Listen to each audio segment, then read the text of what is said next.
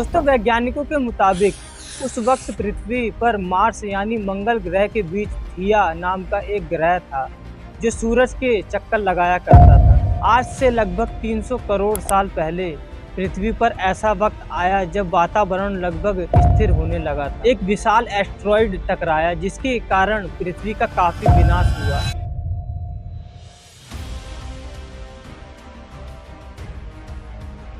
Hello दोस्तों, तो कैसे हैं आप लोग। दोस्तों आज की ये वीडियो काफ़ी इंटरेस्टिंग होने वाली है क्योंकि आज की इस वीडियो में हम अपनी धरती के बारे में जानेंगे। दोस्तों आपको क्या लगता है कि जैसी धरती हम आज देखते हैं क्या कई करोड़ साल पहले भी ऐसी ही होगी और क्या उस समय पृथ्वी पर जीवन होगा।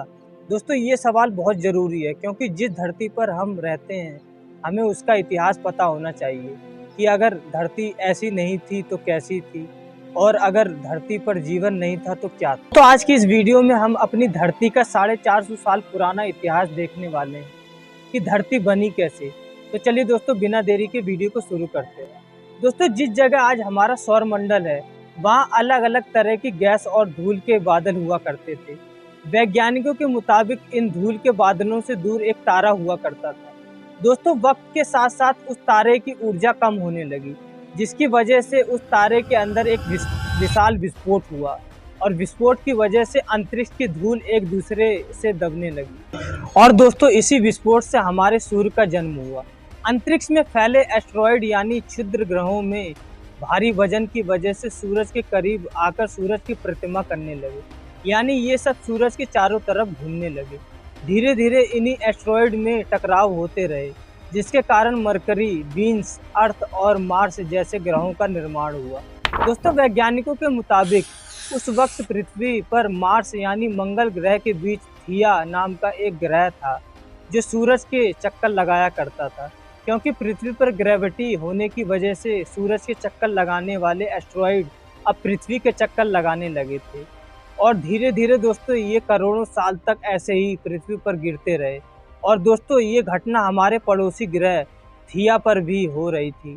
इसी कारण थिया हमारी पृथ्वी के और पास आने लगा और एक दिन आकर पृथ्वी से टकरा गया। फिर दोस्तों लाखों सालों बाद एक वक्त ऐसा भी आया जब पृथ्वी की ऊपरी सतह पानी से ढक गई थी और हमारी पृथ्वी के सबसे अंदर का कोर रेडियो एक्टिव पदार्थ से बने होने की वजह से हमेशा गर्म रहता है। लेकिन जब पृथ्वी की ऊपरी जमीन ठंडी हो जाती है तब पृथ्वी के अंदर की गर्मी बाहर नहीं निकल पाती।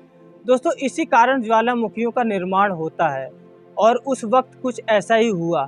पानी से ढकी हुई पृथ्वी पर हजारों की तादाद में ज्वालामुखी निकलने लगते हैं और आने वाले लाखों सालों तक इन ज्वालामुखियों का निकलना इसी तरह जारी रहता है जिससे पानी के ऊपर जमीन का निर्माण हो रहा था।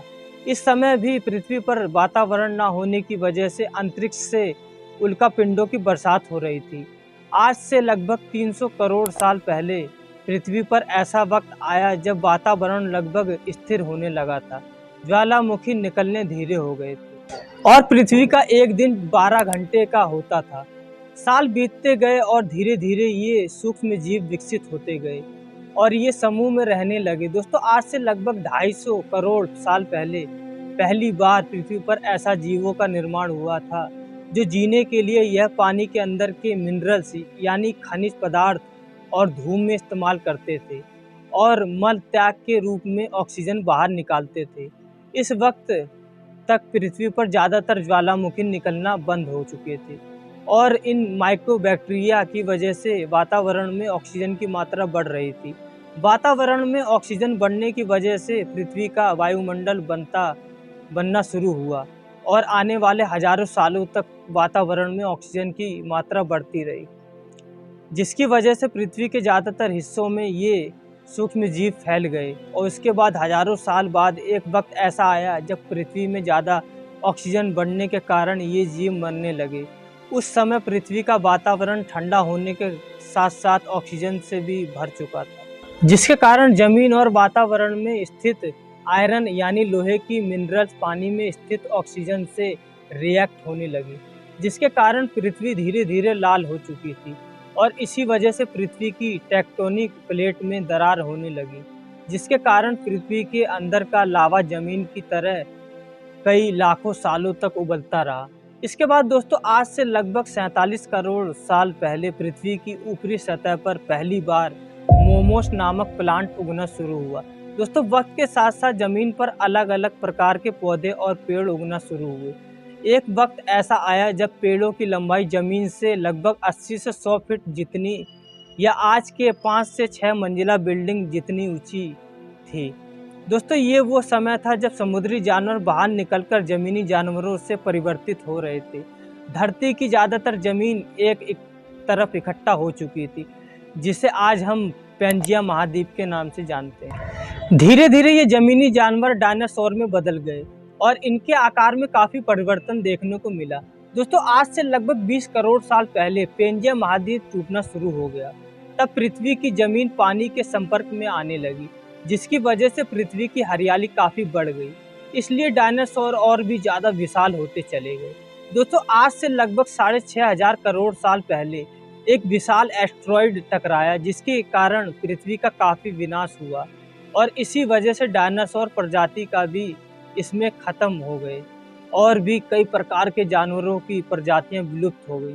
इसके बाद वातावरण में धूल और हानिकारक गैस के कारण पृथ्वी पर एसिड की वर्षा हो गई और फिर पृथ्वी ठंडी होकर बर्फ से ढक गई और 80 से 90 हजार साल बाद ये बर्फ पिघलनी शुरू हुई, जिसकी वजह से ये दोबारा से पृथ्वी पर हरियाली का वातावरण शुरू हो गया। इसलिए छोटे जीव जमीन से बाहर निकलकर धरती पर आने लगे।